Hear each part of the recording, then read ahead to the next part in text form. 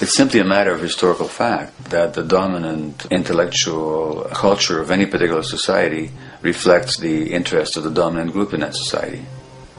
In a slave-owning society, the beliefs about human beings and human rights and so on will reflect the needs of the slave owners. In a society which again is based on the power of certain people to control and profit from the lives and work of millions of others, the dominant intellectual culture will reflect the needs of the dominant group. And so that if you look across the board, the ideas that pervade psychology and sociology and history and political economy and political science fundamentally reflect certain elite interests. And the academics who question that too much tend to get shunted to the side or to be seen as sort of radicals. The dominant values of a culture tend to support and perpetuate what is rewarded by that culture. And in a society where success and status is measured by material wealth, not social contribution, it is easy to see why the state of the world is what it is today. We are dealing with a values system disorder, completely denatured, where the priority of personal and social health have become secondary to the detrimental notions of artificial wealth and limitless growth. And like a virus, this disorder now permeates every facet of government, news media, entertainment, and even academia. And built into its structure are mechanisms of protection from anything that might interfere. Disciples of the monetary market religion, the self-appointed guardians of the status quo, constantly seek out ways to avoid any form of thought which might interfere with their beliefs, the most common of which are projected dualities. If you are not a Republican, you must be a Democrat. If you are not a Christian, you might be a Satanist. And if you feel society can be greatly improved to consider perhaps, taking care of everyone, you're just a utopianist. And the most insidious of them all, if you are not for the free market, you must be against freedom itself. I'm a believer in freedom. Every time you hear the word freedom being said anywhere or government interference said anywhere, it means, decoded, blocking maximization of turning money into more money for private money possessors. That's it. Every other thing they'll say, we need more commodities for people, this is freedom against tyranny and so forth. Every time you see it, you can decode it down to that. And I think you'll find a one-to-one correlation with every time they use it. And this is the sense in which we might call it's a syntax, a governing syntax of understanding and of value, so that it governs beneath their own recognition of it. So they may not say, I didn't mean that at all, but in fact, that's what they do. Just like you may speak a grammar, and you have rules of grammar you follow without recognizing what the rules are.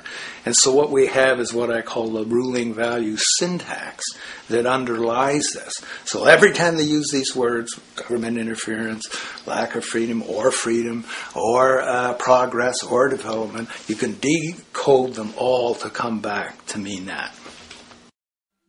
Of course, when you hear the word freedom, it tends to be in the same sentence with something called democracy. It's fascinating how people today seem to believe that they actually have a relevant influence on what their government does, forgetting that the very nature of our system offers everything for sale. The only vote that counts is the monetary vote, and it doesn't matter how much any activist yells about ethics or accountability. In a market system, every politician, every legislation, and hence every government is for sale.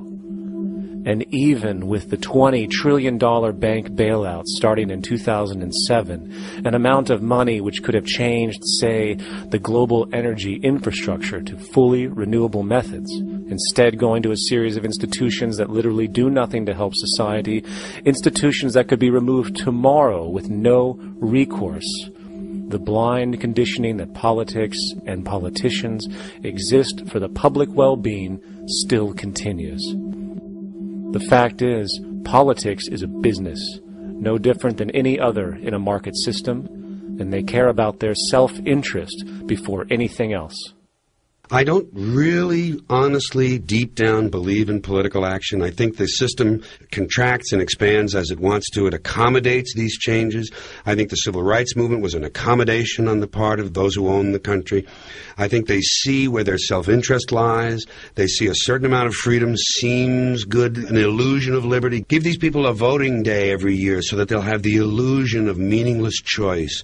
Meaningless choice that we go like slaves and say, "Joe, I voted." The limits of debate in this country are established before the debate even begins, and everyone else is marginalized. They're made to seem either to be communists or was some sort of disloyal person, a kook, there's a word, and now it's conspiracy. Say, they've made that something that should not be even entertained for a minute, that powerful people might get together and have a plan.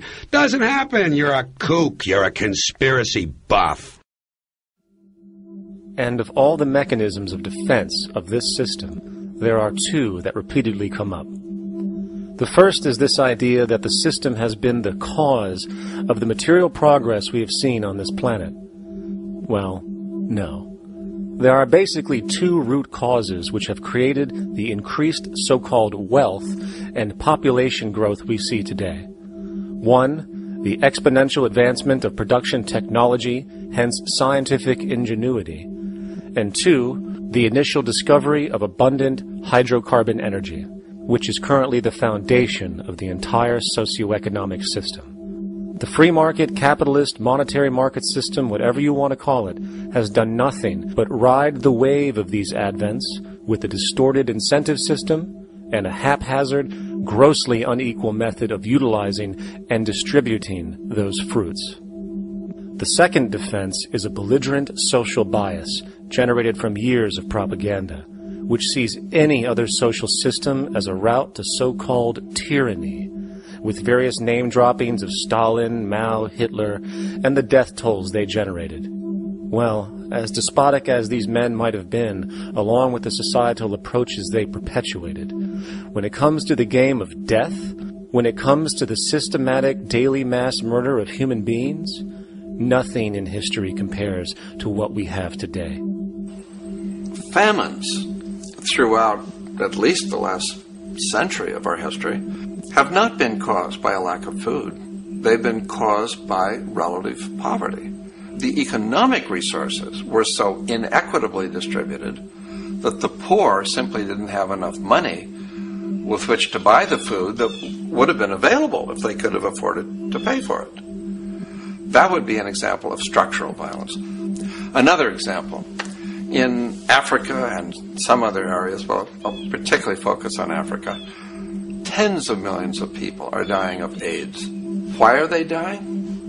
It's not because we don't know how to treat AIDS. We have, millions of people in the wealthy countries are getting along remarkably well because they have the medicines that will treat it.